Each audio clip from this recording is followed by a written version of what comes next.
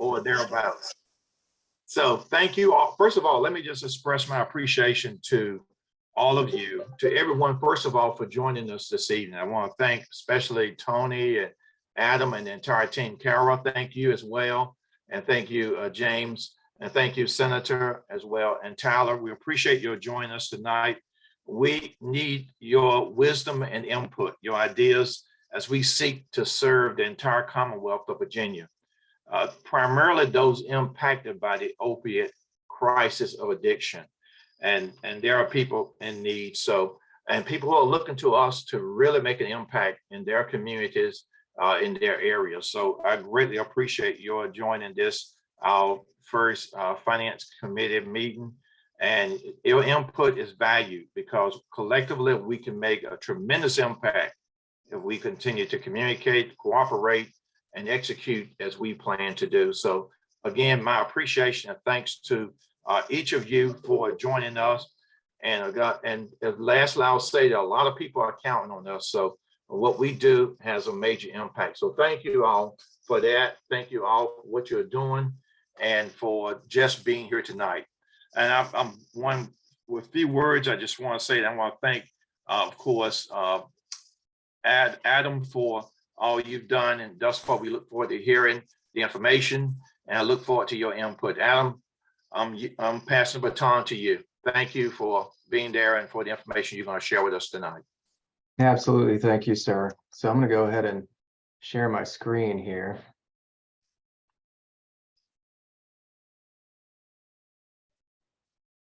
So do you all see a presentation there? Yes.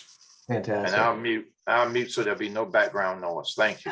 Fair enough. All right. So again, thank you. Good evening, Mr. Chairman and committee members. So I appreciate the introduction, the opportunity to provide this presentation to the committee regarding largely proposals for a long-term financial and budget strategy for the authority. So I'll touch on this again later in the presentation, but the hope here is with respect to the finance and budget strategy portion of the presentation, that following committee member discussion, that a consensus is reached on an approved methodology to use to develop a more comprehensive financial and budget plan for subsequent committee approval and recommendation to the board at a future meeting. So with that, to begin, here's just a brief agenda again for today's meeting. So I'd like to start by first reviewing the committee's annual ongoing goals and objectives, then quickly discuss the work the OA staff has been engaged in and plans to do in the coming weeks and months. And then the bulk of the presentation is really going to consist of a discussion regarding that longer term financial strategy and budget approach the OA and this finance committee would like to see implemented. So part 3 of the agenda would consist of a quick update on the settlement payments, as well as an update on the OA and the opioid settlement related items contained in the governor's introduced budget, an overview of securitization, and then a review of some budget approaches for the committee's consideration. So again, to review the committee's ongoing goals and objectives. So these are essentially broken down into 2 categories, one being the OAA's broader financial and budget related strategy, which would include the apportionment of settlement revenues to be expended for discretionary grant awards over a multi-year period, reviewing the OAA's administrative and grant related appropriations and language contained in the Appropriation Act, and then any necessary committee proposals for board consideration, and being made aware of legislation that may have fiscal impact to the OAA as needed, as well as a post-session summary of those items.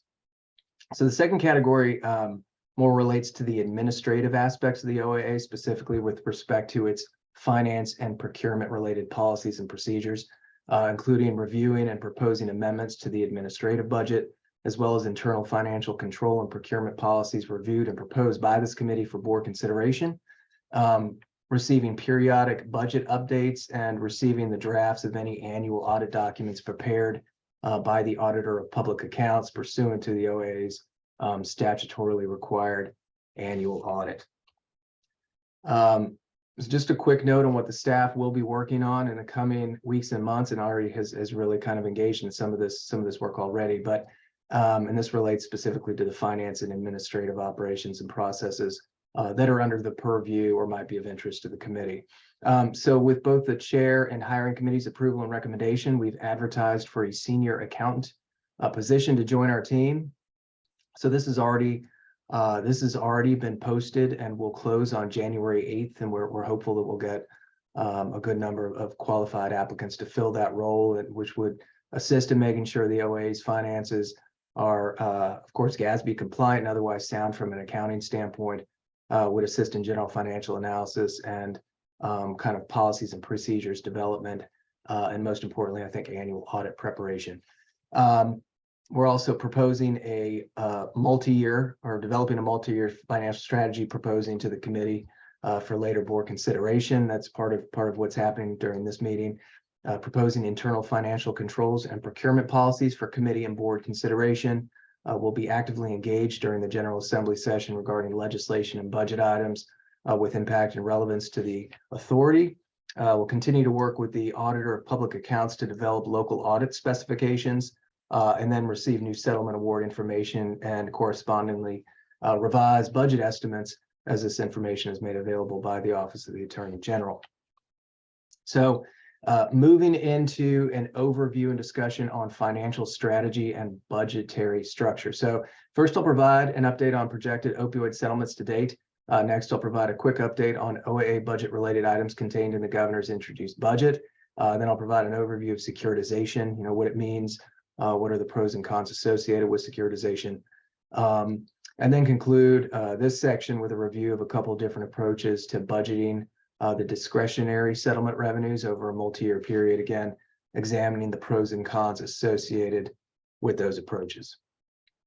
So, Mr. Chairman, you'd asked for an update on the settlement payments.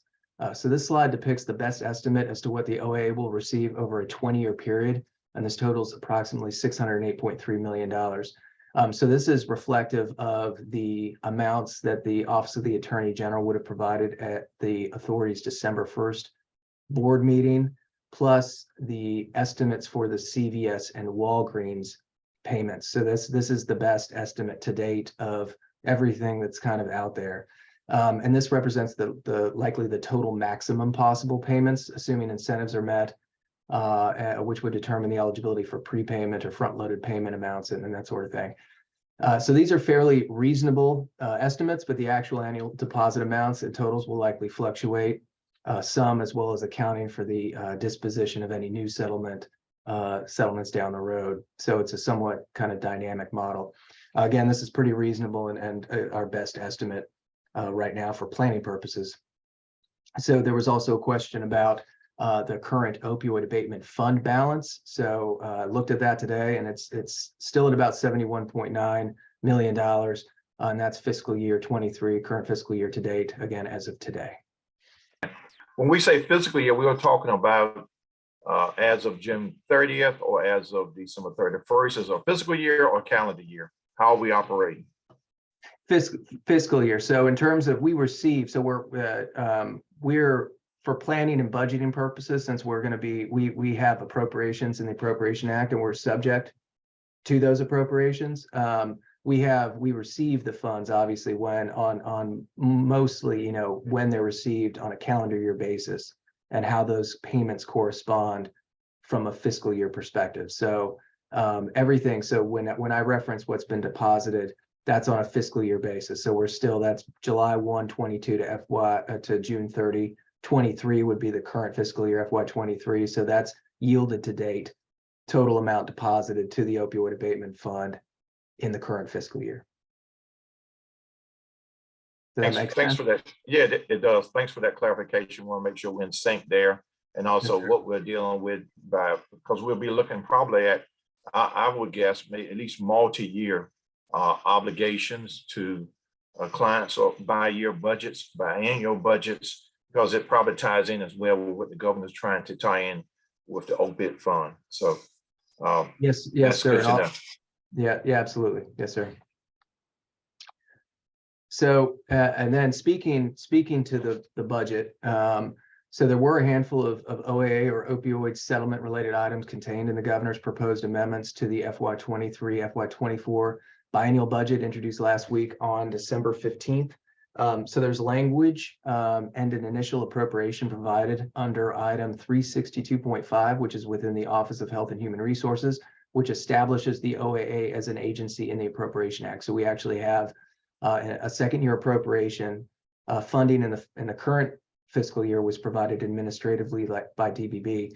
And there's also language that authorizes the authority to request administrative increases to its appropriation. So in the near term, that's probably the approach that's going to be taken to adjust appropriations to accommodate what's needed, just based on the timing of things, but also it kind of necessitates, again, establishing kind of this long-term financial plan and budgeting strategy, so we know what we're looking at in terms of this biennium, the appropriation needs, and subsequent biennia, and being able to plan for that and maybe right-sizing the appropriations in the Appropriation Act rather than relying on those kind of administrative appropriations. But I think we're going to be okay as it is right now. And then, of course, we have some other things budget related that we'll have to work on as it goes through the legislative budget process. But there is that language that establishes an appropriation that establishes the OA as an agency. There were some other initiatives that OA staff, with guidance from the chair and other board members, were fortunate to have provided information that helped inform how those items were structured. And that includes language creating a special non-reverting fund to receive the Commonwealth's direct settlement shares to be used specifically for abatement, and encourages the implementation of maintenance of performance measures. So this language would expire effective July 1 of 2023 if legislation creating a similar fund passes. So if you recall, there really was, again, these are the state's direct settlement shares, but there was no mechanism to properly segregate and account for how those funds would be spent, consistent with kind of the abatement purposes, right? So that's really a good thing that was done. And then there's funding of $7 million in FY24 of those Commonwealth direct shares that would be deposited in that fund that would be created consistent with that language to support costs associated with a statewide fentanyl response strategy. There are some other items related to, again, those Commonwealth direct shares, $5 million in the second year for a youth-focused public awareness campaign regarding the danger posed by fentanyl, and then $1.4 million each year from those same funds for DBHDS to purchase additional Revive kits and associated doses of naloxone. All right, so now this is I'd like to provide an overview of securitization. I know this is kind of a heady topic, so hopefully I'm going to try and keep it fairly high level, but it can get complicated. So please stop me if you have any questions or need clarification on anything. I'll have this slide, and then I'll have kind of another slide that discusses the advantages and disadvantages related to securitization as it relates to the opioid settlement fund. So this is, again, an overview, discuss how it would likely be implemented, and some of the advantages and disadvantages. So defining what securitization is, it's the process of issuing bonds that are backed by the opioid settlement revenues. So the authorization and infrastructure that would be needed to facilitate the issuance and management of the proceeds of such bonds would need to be legislatively established, and would likely include the creation of what's called a special purpose entity to issue these revenue-backed bonds, and to whom some percentage of future settlement revenues would be pledged or sold in order to service the debt. So the bonds that would be issued by this entity that would be legislatively created, again, would be either exempt or tax exempt, depending on their use. From what I understand, the opioid settlement-backed bonds would likely all be taxable debt. Tax exempt debt is typically reserved for capital expenditures. So with the vast majority would probably be taxable debt. So looking at a recent example of when the Commonwealth last did this, the securitization of the Tobacco Master Settlement Agreement revenues about 20 years ago. Again, that's probably the best example. So legislation passed in 2002 that authorized 50% of the state's revenues derived from the MSA in the form of securitized bonds, and created a separate public body corporate called the Tobacco Settlement Financing Corporation. So this would be your special purpose entity to issue bonds and use the proceeds to purchase the Commonwealth's future tobacco payments. These funds were subsequently deposited to an endowment, and a portion of the corpus that resided in that endowment is transferred to the Tobacco Commission, and that's still the process today. So it was in legislation, 10% of that corpus was transferred routinely, and then up to 15%, which the commission refers to as well, they have a name for it, but anyway, they essentially raid the fund, right, up to a max of 15%. That requires a 2/3 vote that they customarily receive, right? So they, on a routine basis, they now take up to 15% of the total amount each year is transferred to the commission. So there are both pros and cons to securitization as it relates to the opioid settlement fund. So you have the potential, among the pros, you have the potential to receive a sizable portion of funds upfront, with which you can fund larger scale projects, including capital projects. You can invest the proceeds of the sale, and the return on that investment may exceed the cost of debt. And given that you've created a separate legal entity to issue the debt and you're receiving a discounted portion of future revenue streams, you're transferring some risk to the capital markets. So looking at the cons, depending on the cost of issuance, the present value of the net proceeds of securitization would result in lower net income over the life of the settlements. The use of funds upfront reduces the ability to fund future ongoing abatement efforts and may impact OAA control of such efforts. If funding is used for capital projects, the lack of out-year funding would shift the operational cost burden to other state or local sourced revenues. And given liquidity or cash flow requirements and the degree of risk you'd want to assume, the structure of the investment portfolio may reduce potential interest earnings. And finally, there's a code provision under 2.2-2374, which is the opioid abatement fund portion of the code that describes kind of the percentage distribution of the funds to the different entities. Within that, there is a statutory mandate for the OA to balance the immediate and anticipated needs with the projected receipt of funds. Are there any questions on this before I go on? Yeah, one question, and then you did say it does require General Assembly approval. Is that correct to securitize? Does it? Yes, sir. Yeah, you would have to. It would require fairly comprehensive legislation that establishes a number of separate legal entities that accommodate that sort of the whole mechanism that can facilitate securitization. Okay. Thank you. Yes, sir. All right, now looking at two different approaches related to the distribution of funds. And now this is moving into accounting for the settlement revenues from an appropriation standpoint over a multi-year period as they come in, as the funds are deposited to the opioid abatement fund. So this neither of these approaches would be applicable to the local 15% entitlement portion. But the funding that is made on a competitive basis for regional and state projects, and additional funding made available through the unrestricted portion. So under both these approaches, the 15%, what we call again the entitlement portion, would continue to be appropriated and distributed on an annual basis, consistent with when settlement funds are deposited. So to begin, there's what I've just referred to as an all-at-once approach. Where all of the funds are appropriated and distributed as they're received on an annual basis.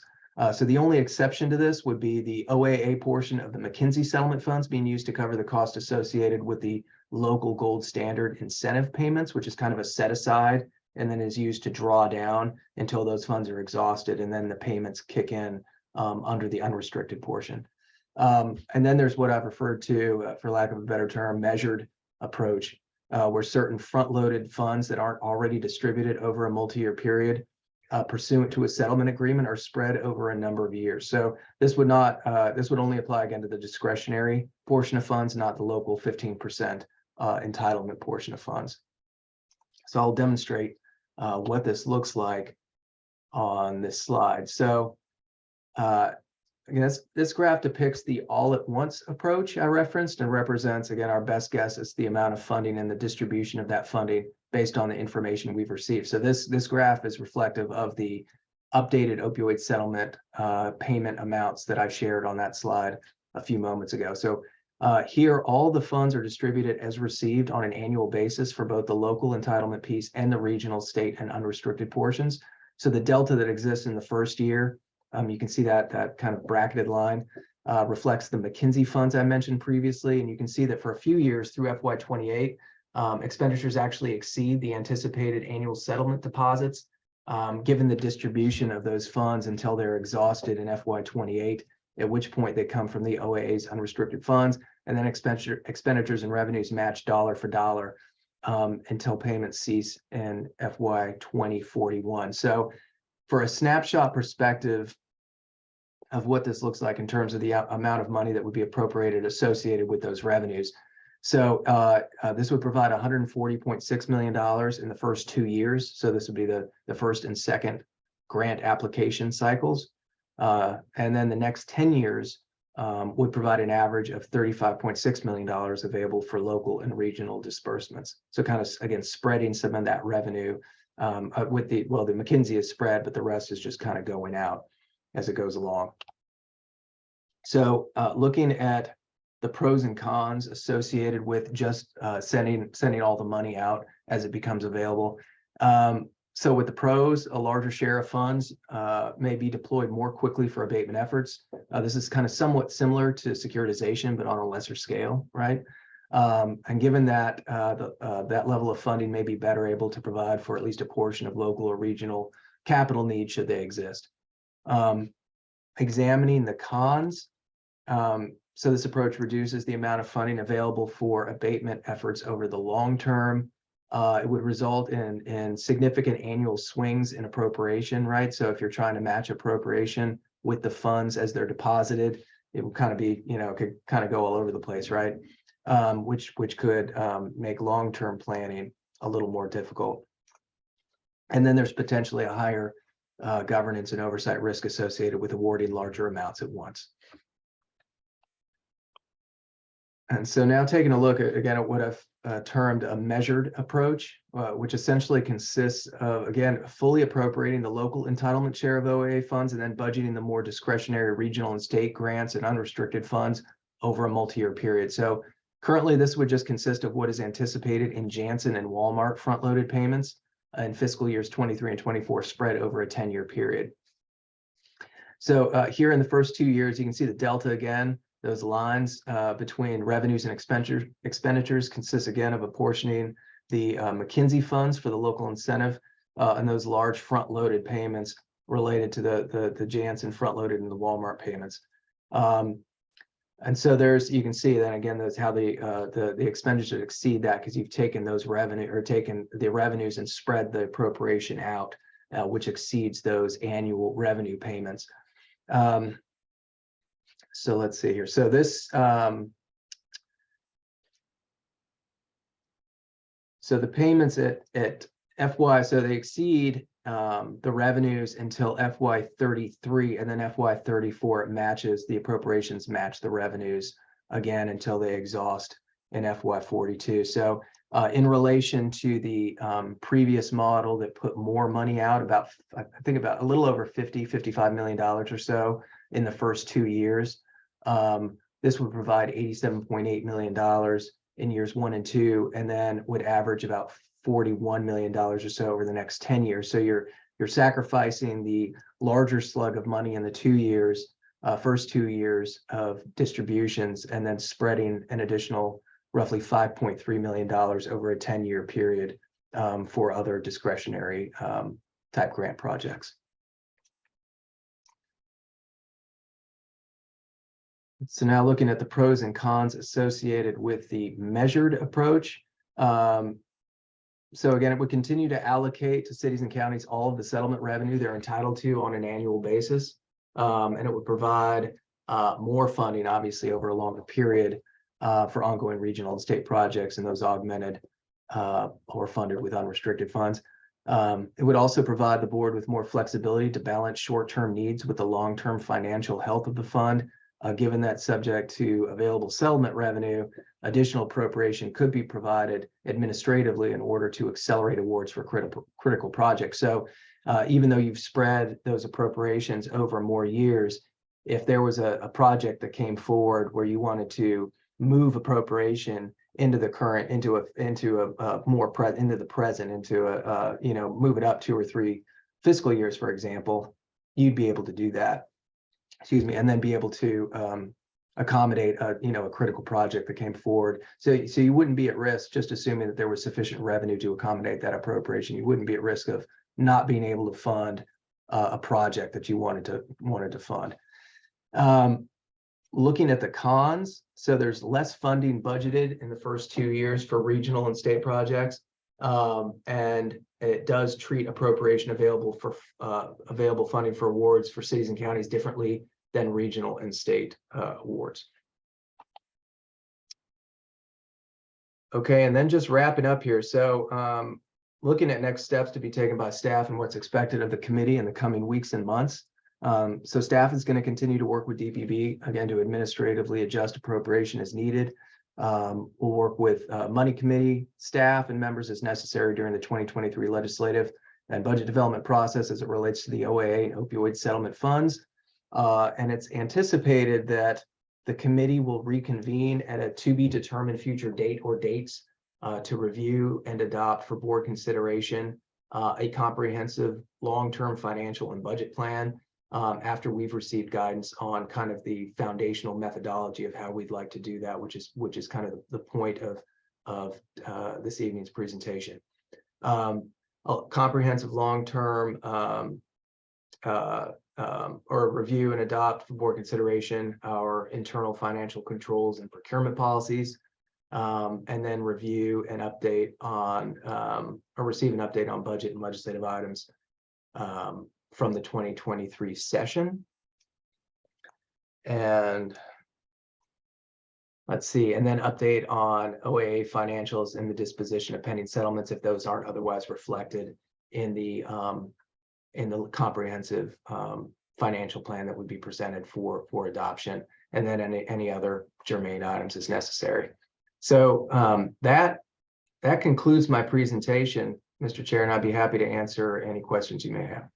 Yeah, certainly. Questions and comments. One comment is in term, either way the committee / recommends to the authority will need to sort of determine, maybe if we need a financial advisor, if we were to securitize the bond or debt, which is somewhat premature.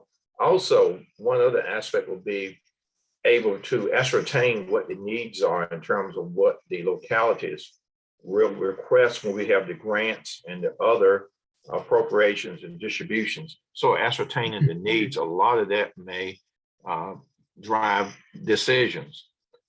So we have a lot to discuss. For example, the cost of debt. But before I get that far downstream, I certainly like to hear from other members of the committee. But I think we have to really sort of ascertain what our needs will be for distribution purposes, and of course, just where we are and how we want to do it, because this will be a significant decision that may tie us up for years to come, either way we approach. So we'll certainly need some good financial advising on that portion of it as well.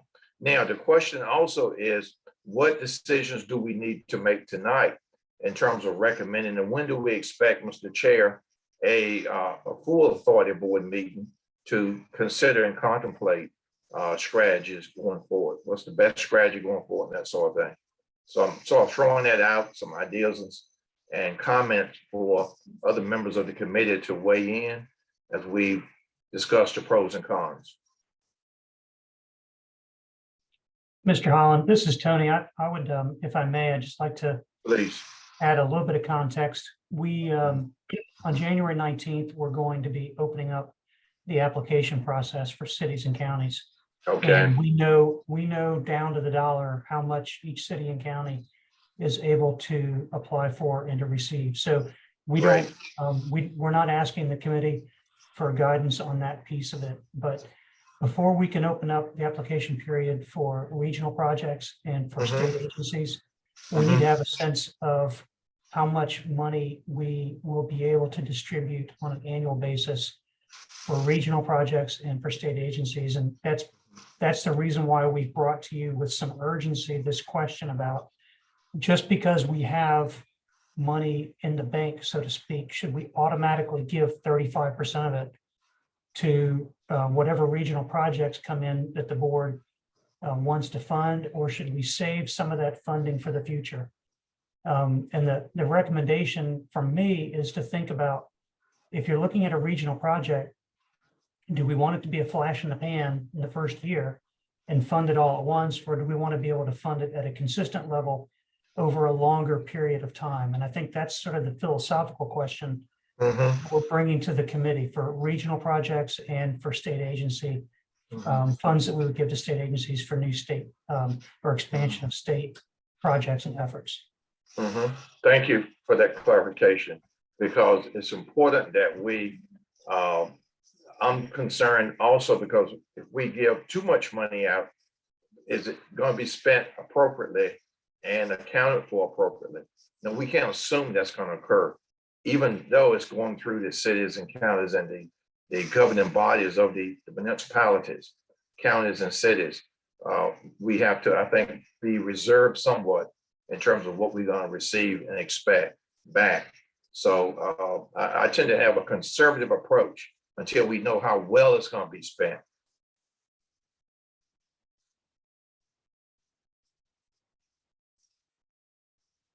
So that's a comment I would certainly make. Well, others may have a different opinion on it. I tend to be relatively conservative and not put everything out until we have a measured, reasonable expectation of utilization of those funds. And I'm glad we have an amount that is allocated, as you pointed out, maybe even down to the penny to localities. So the big challenge will be the regional projects for the most part, that may require larger outlays. That's what I envision, which could be capital and operation. Well, we have the ability to set up the financial plan to whatever this committee's preference is. And I know that Delegate Ballard had to drop off the call a moment ago. And so if we need to circle back around, we can certainly do that. Okay. What Adam needs is he needs direction from the committee as to whether or not we want to spread these regional and state funds out over, I guess there's really two questions. Okay. One is, do we pursue the securitization question in the short term over the next year or so?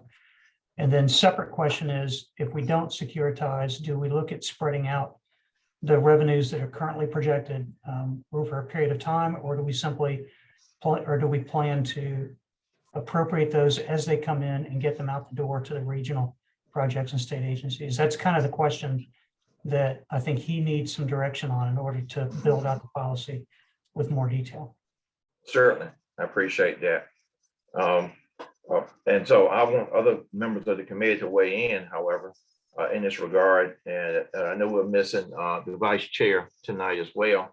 And so we certainly will value her opinion as she's involved in the community that certainly needs the services that will be there. But I certainly think that we'll probably may need a financial advisor as well to weigh in on the cost of debt, for example, if we secure.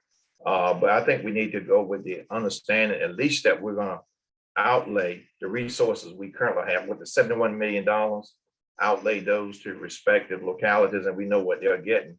And so I certainly want to hear from others as to what their thoughts are in that regard. And of course, we can come up with what is hopefully a reasonable recommendation from you all on which way we should go as well. What is the collective wisdom? Hey, Jim, this is Todd. Yeah. I certainly agree with your conservative approach. I know there's a beating of the drum, though, that from communities and other legislators that are expecting us to get this money out the door, yes, to projects, and I want to be very conscious of that. Tony, what's your sentiment on that? Can we balance the needs of localities and also protect the longevity of the fund together? Can we do both of those things by taking the conservative approach? Yes, sir. My recommendation is the second model that Adam shared with you would allow you to have the flexibility if we're receiving more requests, regional request. Well, first of all, the request to cities and counties will be given to them as soon as they're available to be funded. So there's no delay in funding projects that come to us directly from cities and counties. So in any event, they're receiving their direct shares, and they'll receive their OAA funds that they're entitled to each year in a manner that's matches up with the revenue that we have. And so right off the bat, I think that will answer some of those concerns that in the drumbeat that you're hearing from communities. With regard to regional projects, if we tried to plan those out in a more measured approach over a period of number of years, and it just seems like it's not enough money on the front end, the board would always have the ability to increase the appropriation and increase the amount of funding in any given year based on the quality of project proposals that you're seeing. What we need on the front end is a number that we can publish as, look, this is the total amount that the board has budgeted to spend this year in order to set expectations at a certain level, and so that we have some idea of what to bring to the board in terms of requests. Okay, yeah, I agree. That's a great question, Todd. Yeah, I agree. I think we need to set out the expectations and look at getting those funds certainly out. And as time permits, then we can look at whether we can borrow funds or secure funds, be abundant if the needs are more critical at this point. But going down the road, I think we want to definitely start out with an approach that we can manage well and distribute those funds, because that's going to be another major challenge, how well we can distribute those funds. We have someone that can, certainly with the state has the apparatus in terms of the Health and Human Services Department. So certainly I would favor that approach and getting out what we need and then reassess what the longer term needs are as via the regional projects. I know that may sound a little confusing, but no, I agree with you, Jim. And as long as Tony, as long as we have the flexibility that you mentioned, you know, if we get a slew of applications that we just feel are great and need to be funded, and we can back up and change some of the reserve that we've talked about, that would, or have a little bit of flexibility anyway. I think that would be great for us, because truly we don't know. I mean, I'm anticipating a slew of applications, but we may not receive as many as I expect. So, and especially quality applications. So, yeah, I feel comfortable, Chairman, with doing the approach that we've discussed. So, okay, yeah, I'm certainly, Todd, I appreciate that, and I'm certainly in agreement with it. And having that reserved so that we know should we need to ramp up. For example, we may have a multi-year requests, at least 2 years requests that I think some other states have done, such as Tennessee. Their requests is minimum 2 years, so we know what the expectations are in terms of their projected budget, and we know that we have the funds to fund that, and then we can look at what else we need to do going down. We can make decisions as we go, and hopefully they're expending them as required under the legislation, which is going to be critically important to evaluate that. And as far, Mr. Chairman, as far as securitization, I mean, I've always been, I agree with you. We need to certainly look at the debt service that we would require to do. I think it is something that we should consider. Yes. Because everyone wants this money out the door, and that would be an opportunity to have a true knowledge of how much money we would have based on we would know up front, and we could budget better, I think. But anyway, I think it's worth pursuing. I'm not so sure it's worth doing, but until we get further research. But I definitely think if Adam could look into it more, that would be great. I completely agree. And we can bring in a financial advisor because it will be taxable debt, which will probably have higher interest rates than non-taxable debt. So that's something we need to value as well, what the projected cost would be. I think a financial advisor could really help us with that. Okay. But Mr. Chairman and Tony, Adam, we don't have a quorum, I guess, anymore, correct? So we can't really make a motion to do either of these things at this time. Is that correct? Senator, we're sensitive to that. I think at this point, we're looking for some direction. Okay. And listening to your comments and to the treasurers, and I think maybe it might be helpful if Adam can have a follow-up call with the other two members as time permits to summarize what we've discussed. Yeah. If the chair of the committee is comfortable with that approach, but you know, I've been telling people that a lot of what we're doing, there's a conflict built into trying to move quickly and to at the same time follow all the rules and get everything done exactly right. Cross the T's, dot the I's. We'll continue to try to do that, and we hear your guidance loud and clear on the securitization question, and Mr. Holland on the idea of bringing in a financial advisor, and we will absolutely make that part of our work plan.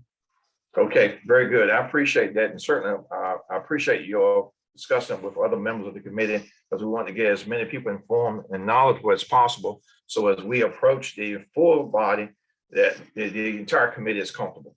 And so I certainly value that approach, and however we need to do it or whatever, but certainly.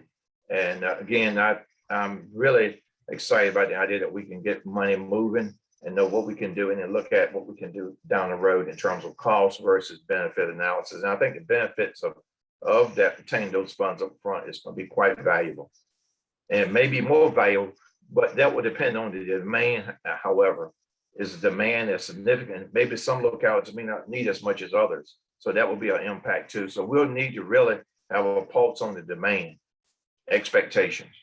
Yes, sir. What I'm hearing in my conversations with localities is that there are definitely some that have a good sense of how they want to spend the money, but there's many others who are just now starting to really think about what they want to do. And I predict that the board will see some really good project requests, regional project requests coming in 2 to 3 years.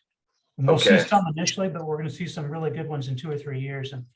And so I'm hoping that by having some funds reserved, that we won't be locked into the continuation of all first-year projects, but still have some flexibility to pick up those other projects that come forward in 2025, 2026 that the board has an interest in funding. Absolutely. Yeah, and the nature of the projects as well. And I think that will be important. So having reserve, I think, is a wise decision. I would recommend or suggest, and I completely agree with Todd in that respect. Anything else we need to do? Are we clear on that? I'd just like to thank Adam for his work on pulling all this together in a short time frame. Yeah, Well I done. greatly appreciate that, Adam. Thank you as well. And if we can get those reports, and also one other thing we want to look at too, those funds earning any interest, what, $71 million.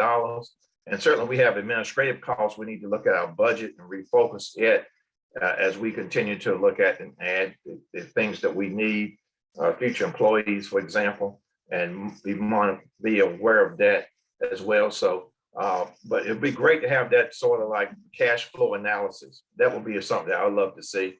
That cash flow analysis, expected revenue and potential expected costs with the grants, et cetera, and direct allocation. Yes, sir. I mean, that can be provided to you for sure. We've already begun to do that, right? So it's really about, we know we have a kind of a best guess estimate as to when the revenues are going to come in on a fiscal year basis out 20 years, right? How, right, from an expenditure and anticipated expenditure standpoint, how you want to approach those appropriations, right? That's really going to kind of determine what your revenues are coming in, what you're expending in a given year, which yields your new revised balance, and you go down the line to see what you've got to spend in each year. So really kind of depends on the methodology. Of course, securitization changes that quite a bit too. You have a big corpus from which you can draw funds. You can almost like annuitize that, right? If you put that, and then you could potentially invest that and hope that the return on that investment at least makes a dent in the cost of issuance, right? And the cost of issuing the bonds to securitize, that sort of thing. Yeah, that's all that can all be examined. I'm sure there are plenty of entities that would be happy to, especially those that are in the business of facilitating securitization, that would be happy to do an actuarial analysis and cost out quantify what the cost would be to engage in the securitization process in the current market, see what the appetite is for those bonds, those taxable bonds, is what it's my understanding is what they would likely be. Okay. So that can absolutely be done, just to at least do due diligence to see fully see what the costs and benefits are. Obviously, the pros and cons that I presented with respect to securitization were without the benefit of an actual proper analysis of what those true costs would be, but a holistic kind of high level view of what the costs and benefits might be. So absolutely, we'll do that. Yeah, I understand. Great. As the chairman, as Mr. Pillar mentioned, Senator Pillar mentioned, we don't have a quorum, so we can't vote. Is there anything else we need to discuss or consider? No, sir. Until we meet again. It's everything I had. Everything. Okay. Tony, anything else you want to add that we need to contemplate? No, sir. We appreciate the guidance. We'll follow up with the other committee members, Dr. Melton and Delegate Ballard, to make sure that they're aware of the discussion and gain any feedback that they have. I think Adam did a good job of providing you a kind of a general sense of what our workload is going to be over the next year. There's a lot, obviously, that we're going to have to focus on, and we want to be mindful of the time that each of you are putting into not just this committee, but to your role on the board overall. This is going to be, the first year, 18 months is obviously going to be the most challenging time frame for the authority, and we just appreciate everybody carving out the time this close to the holiday in an evening to join us and help us get some direction on some of these questions. Yeah, absolutely. We appreciate that. And I thank you all for all your hard work in that regard. It will be challenging the first year, but I think we'll learn. And also, if we're probably further along than other states, but if there are other things you can learn or ascertain that's going on that might be beneficial to us, will be helpful. Because I know, Tony, you look at news feeds that go around the country. So there may be others trying to move expeditiously as fast as we are, but I agree with Todd. We want to move and we want to put a dent in this crisis and do it so that we are able to make a major impact, really not only the next 3 years to 5 years, but the long term as well. So, Mr. Chairman, do we need to get back after Tony and Adam have briefed the other two members of the Finance Committee? Would it be appropriate that we reconvene for a very quick meeting just to get some motions in place to advance this to the full committee? Is that what you need from us, Tony? Yes, I think you probably would. That's a great idea. We want to make sure they're up to date and they're comfortable, and then we can, of course, advance a really good plan or projection at least. At a really quick reconvene meeting, but just really prepared motions and move forward. Absolutely. I agree fully. Absolutely. Thank you, Todd. I appreciate that. Anything else from a legal perspective? Mr. Sleetsman, anything you like to add legally that we need to be cognizant of in terms of our accounting systems and things like that? I have nothing to add at this juncture, but thank you for allowing me some input. Yeah, appreciate that. Any other comments for the good of the order? If not, then we will not vote because we'll have a quorum. So we will therefore adjourn with the expectations that we'll brief the other members and then reconvene quickly, hopefully to ascertain the step forward for recommendations to the full body. Thank you all again for your outstanding work tonight. Thank you, Mr. Holland. Thank you, Senator. Thank you, Senator. Yeah, and be safe and have a great holiday too. All right. Thank you all. Great.